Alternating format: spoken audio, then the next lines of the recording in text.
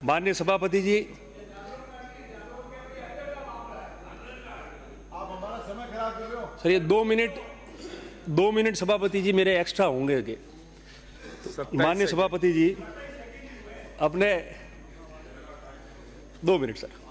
तो वर्तमान बजट को लेकर सभी माननीय सदस्यों ने अपनी अपनी बात रखी है और निश्चित रूप से माननीय आपक्ष वाले जितने भी हमारे साथी हैं, मित्र हैं, माननीय सदस्य हैं, सब ने अपनी बात और अपने रूप में इस बजट की तारीफ की और बजट के बारे में बताया।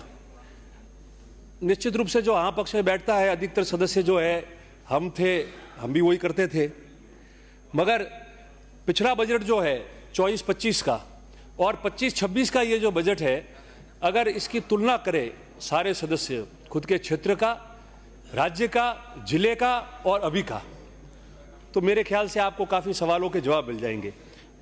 हमारे काफ़ी सदस्यों ने बजट के बारे में बता दिया। मैं 4-5 बिंदु ही मात्र समय के अभाव के कारण 5-6 बिंदु आपके समक्ष जो है माननीय सरकार के ध्यान में भी लाना चाहता हूँ, सदस्यों के ध्यान में भी लाना चाहता हूँ, जो न केवल राज्य के लिए मगर जो माननीय सदस्य है उनके हितों के लिए भी बहुत ज़्यादा ज़रूरी है। उनके विधानसभा क्षेत्र में आपने जब पिछला बजट पेश किया था तो उसमें आपने 2047 के विजन के बारे में बताया था और 2047 के विजन में 10 बिंदु आप लोगों ने जो है वो उसमें उल्लेखित किए थे कि इन 10 बिंदुओं के हिसाब से हम लोग चलेंगे। और उसमें मुख्य जो थे, चूँकि वित्त मंत्री जी ने बजट पढ़ा है, तो टूरिज्म, आर्ट और culture, sustainable development, human resource और विशेषकर सोशल सिक्योरिटी, इन 10 में ये 4 बिंदु जो थे उसका उल्लेख आपने उस समय किया था। माननीय सभापति जी, आपके माध्यम से मैं बताना चाहता हूं कि हमारे काफ़ी साथियों ने जो है वो जल जीवन मिशन के बारे में उल्लेख किया और बहुत तारीफ की कि 28 तक उसको बढ़ाया है। मैं भी धन्यवाद देता हूं कि 28 तक बढ़ाया। निश्चित रूप से काम पूरे होने चाहिए। जो आपने हाथ में लिया है, दोनों बजट में जो आपने उल्लेख किया है उसके हिसाब से काम में और समय लगेगा, 28 से भी आगे जाएगा, मगर 28 तक आपने किया, ठीक है। पहले काम हुए नहीं हुए मैं उसमें नहीं जाना चाहता, मगर एक बात मैं ज़रूर कहना चाहता हूँ कि जो जल जीवन मिशन के तहत आज भी काम चल रहे हैं, अगर उस पर हम लोगों ने केंद्रित होकर ध्यान नहीं दिया तो जो स्थितियाँ बनी हुई है, ढानियों में पाइपलाइन लग गई है, पानी नहीं आ रहा है, वो स्थिति आगे भी बनेगी। मेरा आग्रह है कि आपने 28 तक बढ़ाया है तो कम से कम जहाँ काम हो गया है या काम चल रहा है वहाँ लोगों को ढानियों में पानी बराबर मिल जाए, उसको आप सुनिश्चित कराएं। तो मैं समझता हूँ कि 28 तक आपने इसको आगे बढ़ाया तो वो भी आपके काम आएगा। दूसरा, आपने बजट में बिंदु संख्या 3 में पेज 10 में आपने स्वर्गीय प्रधानमंत्री अटल बिहारी वाजपेयी जी की को याद करते हुए, उनको स्मरण करते हुए आपने एक बात लिखी है और आपने सड़कों के बारे में लिखा है, उसमें कनेक्टिविटी। आपका कहने का मकसद ये था वाजपेयी जी को याद करते हुए कि उन्होंने डिजिटल तो है ही, मगर कनेक्टिविटी गाँव के बारे में कैसे हो और सड़कों में कैसा काम हो। बहुत सारे माननीय सदस्य 10 करोड़ की जब घोषणा हुई तब सबने मेज दबताई कि एक विधानसभा क्षेत्र में 10 करोड़ के काम होंगे। काहे के लिए होंगे? नॉन पैचेबल सड़क के लिए। नॉन पैचेबल सड़कों में आज नहीं, पहले भी कितने ही बजट आप उठा के देखो, पीडब्ल्यूडी का बजट उठा के आप देखो, नॉन पैचेबल सड़कें हमेशा मांगी जाती थी और एक विधानसभा क्षेत्र में एवरेज 4 से 5 करोड़, 6 करोड़, 7 करोड़ के काम होते आए आज तक। उसमें कोई नई बात नहीं है। मैं समझता हूं कि पहले भी मैंने गवर्नर अभिभाषण में भी कहा, पिछले बजट में भी कहा और आज भी मैं इस बात को दोहरा रहा हूं और निवेदन कर रहा हूं कि ये 10 करोड़ जो है हमने भी उसमें मांग की थी, इसको मेहरबानी करके आप मिसिंग लिंक से जोड़ो। आपने कनेक्टिविटी कैसे होगी? 2 रेवेन्यू विलेज है, 2 गांव है, उन दोनों के बीच में डामर की सड़क नहीं है।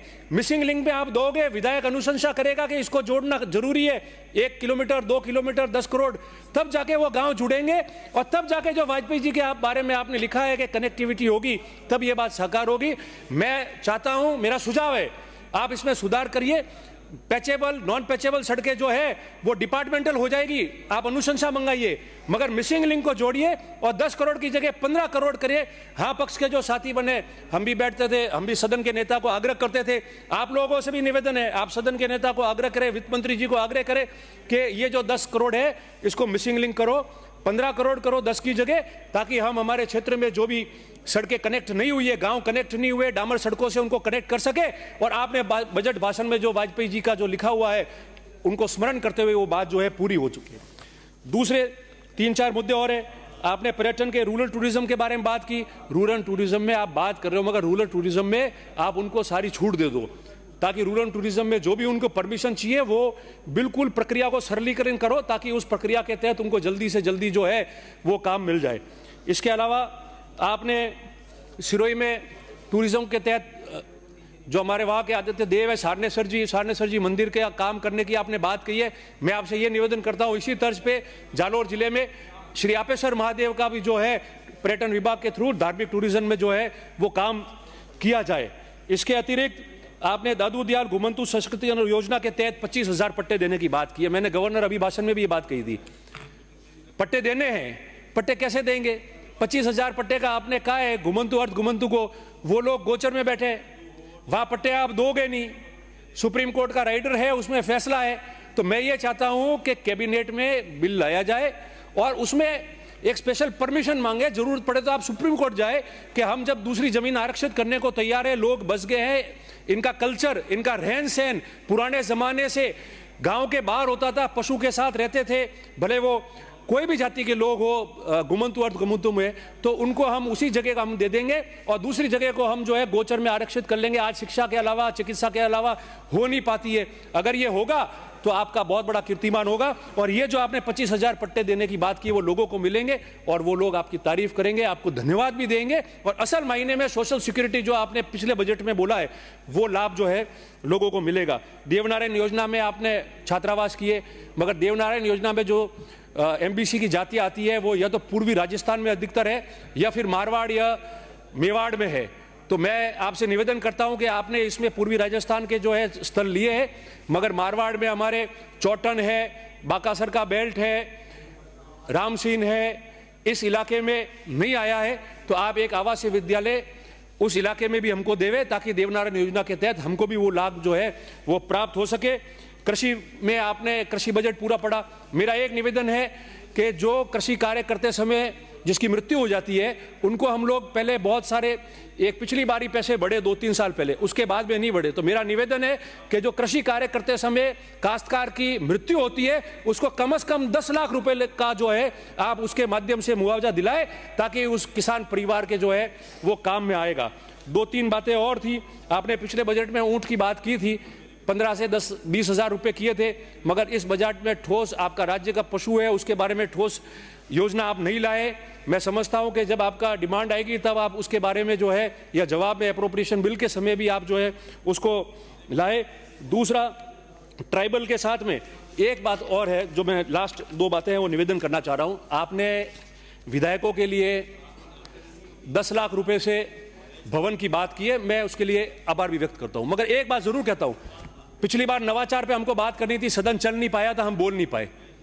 मैं आपसे निवेदन 2 बातों का करता हूं कि एक तो विधायकों को आपने किया, आपने एमएलए लेड से कह दिया, तो 10 लाख में क्या बनता है? अगर एमएलए लेड से ही खर्च करना है तो उसको 25 लाख कर लो, और सरकार पूरा दे दे तो धन्यवाद है, नहीं दे तो कम से कम आप ये कह दो कि सरकार 10 लाख रुपए जो है वो गवर्नमेंट दे देगी, ऊपर का जो है वो एमएलए लेड से हो। तो कम से कम जिस विधायक के लिए वो हॉल बनना है, उसके हॉल में सारे संसाधन लगने हैं, फर्नीचर लगना है, वो कम से कम ढंग से तो काम हो जाए एमएलए लेड से। मैं समझता हूं कि गवर्नमेंट को खुद को करना चाहिए, और एमएलए लेड में रिवाइवल होना चाहिए कि क्या क्या चीजें, हम 2 मिनट में पूरा करूंगा, चीजें हमको जो है वो एक्स्ट्रा ऐड करनी चाहिए। इसलिए मेरा एक मुख्य मांग है, ये जितने माननीय सदस्य बैठे हैं आप सबको भी मैं निवेदन करना चाहता हूं कि विधायकों की तरफ से एक विधायक नवाचार निधि बननी चाहिए। जो काम एमएलए गाइडलाइन में नहीं है, जो काम हो नहीं सकते, वो 1 करोड़ रुपया आप साल का दीजिए, ताकि विधायक नवाचार निधि के तहत हम लोग वो एक्सपेंस कर सके जो किसी भी गाइडलाइन में काम नहीं आता और लोगों को उसकी सुख सुविधा मिल सके।